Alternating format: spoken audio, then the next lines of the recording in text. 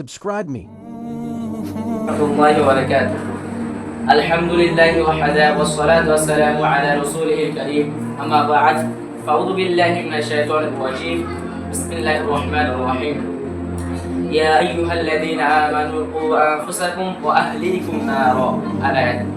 শ্রদ্ধেয় সম্মানীয় সবার সর্বপ্রথম আজকে এই সভার সভাপতি মহাশয় এবং আমার পাশে থাকা নাজিম ভাই এবং আমার সামনে উপবিষ্ট অত্র মাদ্রাসার তলবিন ভাই সকল, আজকে আমি আপনাদের সামনে যে বিষয়টি নিয়ে উপস্থিত হয়েছি সেটা হচ্ছে দায়ুস, অর্থাৎ যে দায়ুসের পরিচয় এবং তার ভয়াবহতা, যে প্রকৃতপক্ষে দায়ুস কারা এবং তাদের ভয়াবহতা, তাদের শাস্তি কিরূপ হবে সেই সম্পর্কে কোরআন এবং হাদিস থেকে সংক্ষিপ্তভাবে কিছু আলোচনা করব ইনশাআল্লাহ।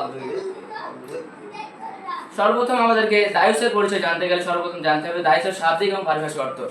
দায়ুস শব্দের শাব্দিক অর্থ হচ্ছে ব্যভিচারের দূত, বেহায়া, বেশরম, নির্লজ্জ, বিবেকহীন ইত্যাদি। আর পারিভাষিক অর্থ হচ্ছে দায়ুস হচ্ছে ওই ব্যক্তি যে তার স্ত্রী ও পরিবারে পাপাচার এবং অশ্লীলতা বিস্তারের সম্মতি থাকে, যেখানে তাদের বিভিন্ন অশ্লীলতার মাধ্যমে ব্যভিচারের রূপ লাভ করে।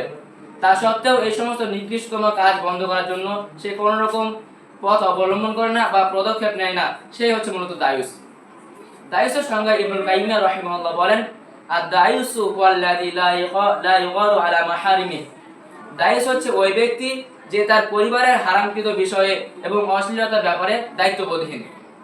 রাসূল সাল্লাল্লাহু আলাইহি সাল্লাম দায়িত্বের সংজ্ঞা দিতে গিয়ে হাদিসের মধ্যে বলেন, আদ-দায়ুসু আল্লাযী ইউকারু ফি আলা আহলিহিল খাবাস। দায়ুস হচ্ছে ওই ব্যক্তি, দায়ুস হচ্ছে এমন বেহায়া যে তার পরিবারের অশ্লীলতা বা নোংরামিকে মেনে নেয়। আর রাসূল সাল্লাল্লাহু আলাইহি সাল্লাম দায়ুসের ভয়াবহতা ও তার শাস্তি সম্পর্কে একাধিক হাদিস উল্লেখ করেছেন।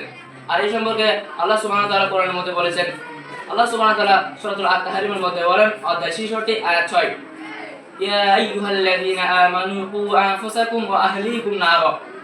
অর্থাৎ হে মুমিনগণ, তোমরা নিজেকে এবং তোমাদের পরিবারের সকল সদস্যকে জাহান্নামের আগুন হতে বাঁচাও। তাহলে এটা স্পষ্ট হয় যে আমাদেরকে নিজে বাঁচতে হবে এবং আমাদের পরিবারের সকলকে জাহান্নামের আগুন থেকে বাঁচাতে হবে। কেমন ভাবে? যে সমস্ত বিষয়গুলো আল্লাহ তাআলা আমাদের মধ্যে হারাম করেছেন, যে সমস্ত বিষয়গুলো, যে সমস্ত কর্ম করলে একজন মানুষ জাহান্নামের দিকে ধাবিত হয়, সেই সমস্ত কর্ম থেকে আমাদেরকে বিরত থাকতে হবে। তবে কিন্তু এবং আমাদের পরিবারকেও সেই সমস্ত কাজ থেকে বিরত থাকার জন্য আহ্বান করতে হবে। আল্লাহ সুবহানাহু ওয়া তাআলা আরো বলেন, সূরা আল-আরাফ অধ্যায় 7 আয়াত 33, কুল ইন্নামা হাররামা রাব্বি আল-ফাহিশা মা যাহারা মিনহা ওয়া মা বাতানা।